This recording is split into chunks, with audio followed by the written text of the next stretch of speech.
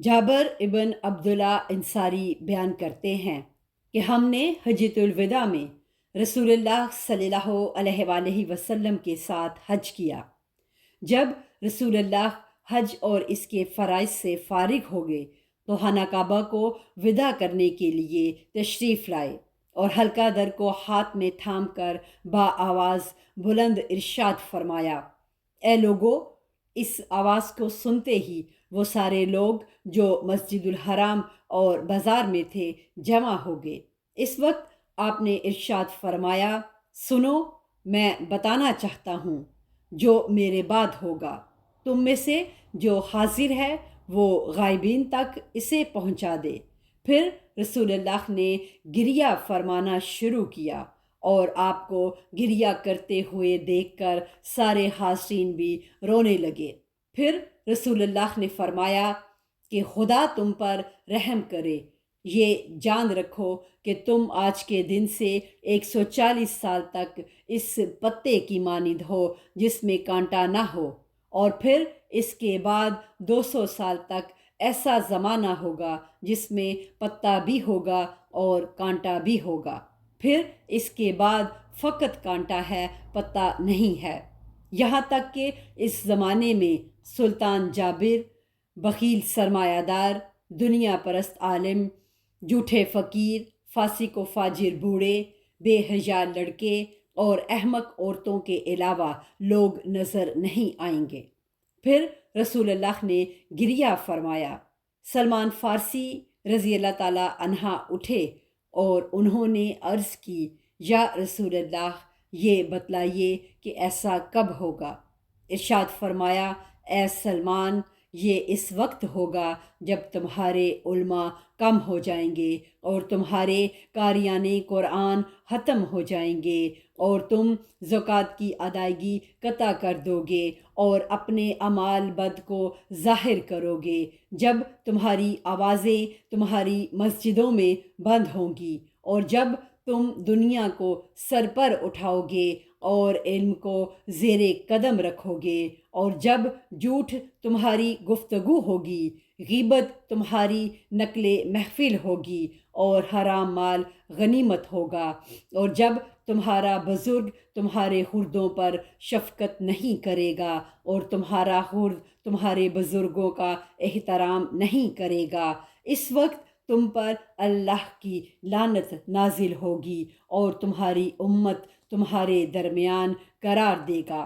اور دین تمہاری زبانوں پر فقط ایک لفظ بن کر رہ جائے گا۔ تو تم میں جب یہ خصلتیں پیدا ہو جائیں تو سرخ آندھی، مسخ یا آسمان سے سنگ باری کی توقع رکھو، اور میرے اس کلام کی تصدیق کتاب خدا میں موجود ہے۔ اے رسول اللہ صلی اللہ علیہ وآلہ وسلم، کہہ دو کہ وہی اس بات پر قادر ہے کہ تم پر عذاب تمہارے سر کے اوپر سے نازل کرے یا تمہارے پاؤں کے نیچے سے اٹھا دے، یا ایک گروہ کو دوسرے گروہ کے مقابل کر دے اور تم سے بعض کو بعض کی جنگ کا مزہ چکھا دے۔ دیکھو ہم کس طرح آیات کو بدل بدل کر بیان کرتے ہیں تاکہ یہ لوگ سمجھ سکیں۔ اس وقت صحابہ کا ایک گروہ اٹھ کر کھڑا ہو گیا اور کہنے لگا، یا رسول اللہ، ہمیں بتائیے کہ ایسا کب ہوگا؟ تو آپ نے ارشاد فرمایا کہ جب نمازوں میں تاخیر کی جائے اور شہوت رانی عام ہو جائے اور قہوے کی مختلف اقسام پی جانے لگیں اور باپ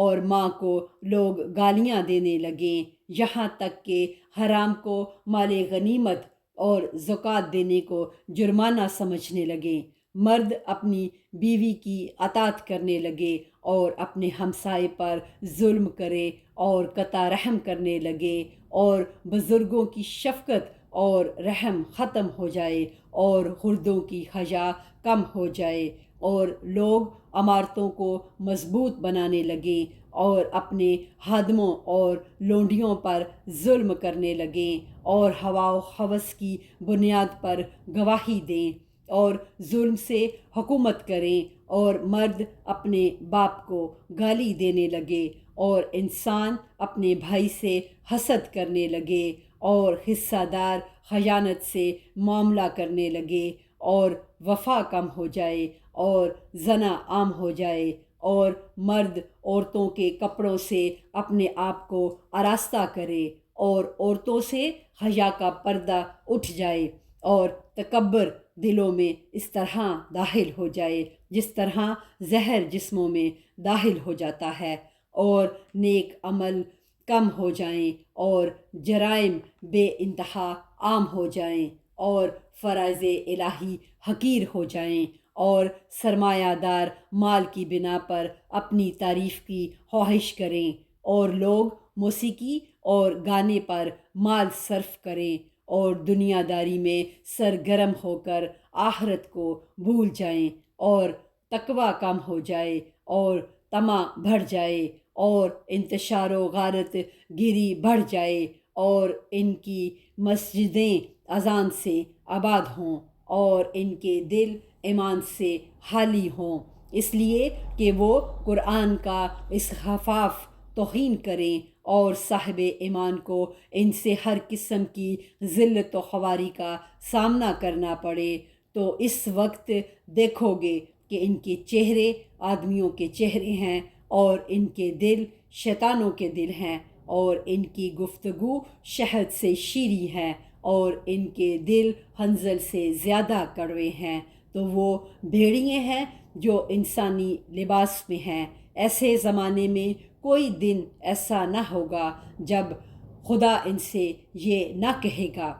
کہ کیا تم میری رحمت سے مغرور ہو گئے ہو تمہاری جرتیں بڑھ گئی ہیں کیا تم نے یہ گمان کر لیا ہے کہ ہم نے تمہیں ابس ہلک کیا ہے اور تمہاری بازگشت ہماری طرف نہیں ہوگی میں اپنی عزت و جلال کی قسم کھاتا ہوں کہ اگر مجھے خلوص سے عبادت کرنے والوں کی پرواہ نہ ہوتی تو میں گنہگار کو ایک چشم زدن کی بھی مہلت نہ دیتا اور اگر بندگان متقین کے تقوی کی پرواہ نہ ہوتی تو میں آسمان سے ایک قطرہ بھی